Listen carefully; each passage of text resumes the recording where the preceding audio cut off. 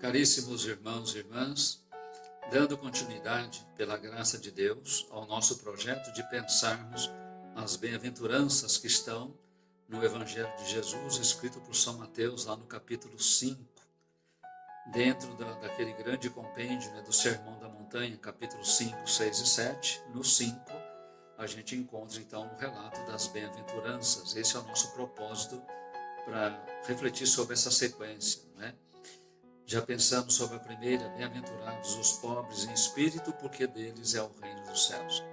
Bem-aventurados os mansos, porque possuirão a terra. E hoje pensemos um pouco sobre a terceira bem-aventurança, quando nós encontramos bem-aventurados os que choram, bem-aventurados os aflitos, porque serão consolados. Veja o que Jesus diz: feliz é quem chora. Parece uma contradição ao próprio Evangelho, porque o Evangelho é a boa notícia do Pai. Num outro contexto, Jesus fala que a minha alegria esteja em vós e a vossa alegria seja plena. E de repente a gente escuta, a gente ouve essa palavra: bem-aventurados, você é mais que feliz porque você chora. A única coisa que temos que entender nesse contexto é o choro. De que choro Jesus está falando?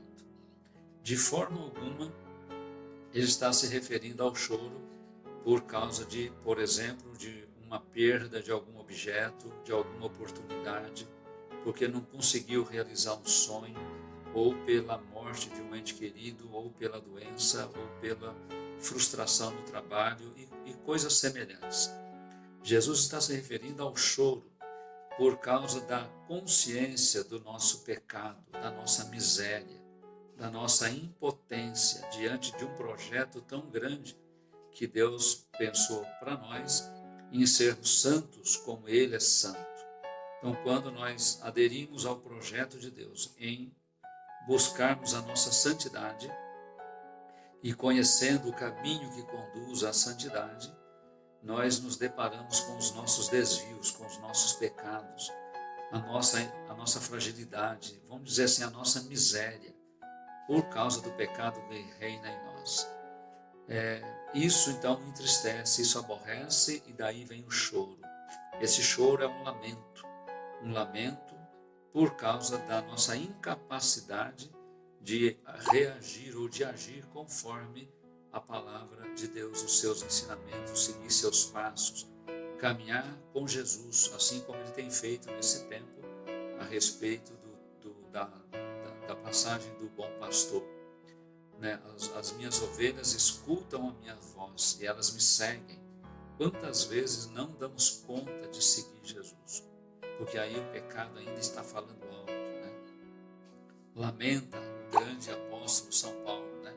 Vejo o bem que quero e aprovo como tal, e faço o mal que detesto.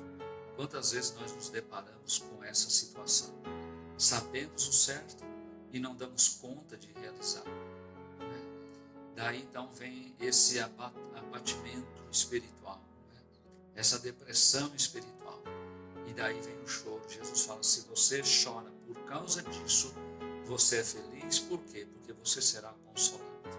O consolo é o próprio Deus quem nos dá, pelo perdão, pela graça do perdão e pela força que Ele nos dá para a gente caminhar na direção certa.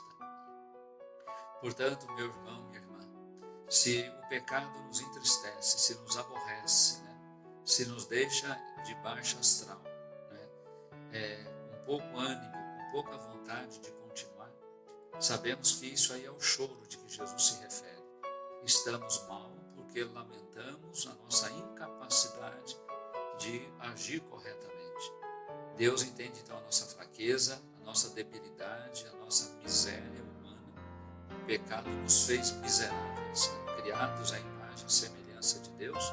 Quer dizer, essa vocação tão digna, tão alta, tão grande, de repente me faz me ver um lixo, na podridão do pecado, no mau cheiro do pecado, que me conduz à destruição e à morte eterna.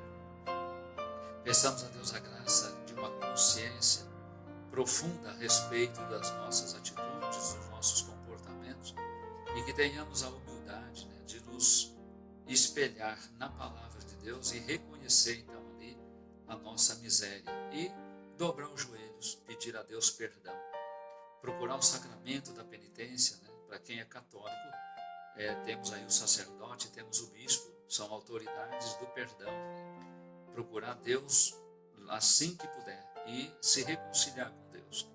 Sabemos que o nosso Deus é o Deus da vida, é o Deus da misericórdia, é o Deus do perdão, é o Deus da amizade sincera, é o Deus do companheirismo.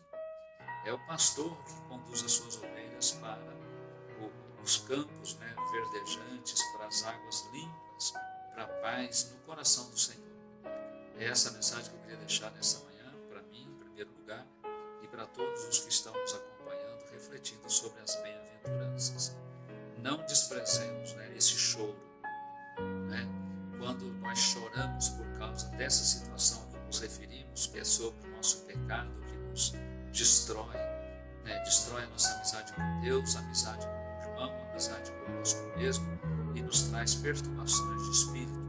Quando nós choramos por causa disso, Jesus está dizendo, você é feliz. Então vamos valorizar isso sim, que Deus nos dê sempre uma profunda e clara consciência a respeito das nossas atitudes e reconhecendo que não estamos agindo corretamente, voltemos correndo para os braços do Pai, assim como fez o filho mais novo da parábola da misericórdia. Se arrepende lá, numa situação deplorável, e volta para o encontro do Pai. O Pai que faz, o recebe de braços abertos, o cobre de beijos e abraços, e manda vestir túnica com sandália e com anel, e manda matar o novilho cevado e a festa acontecer.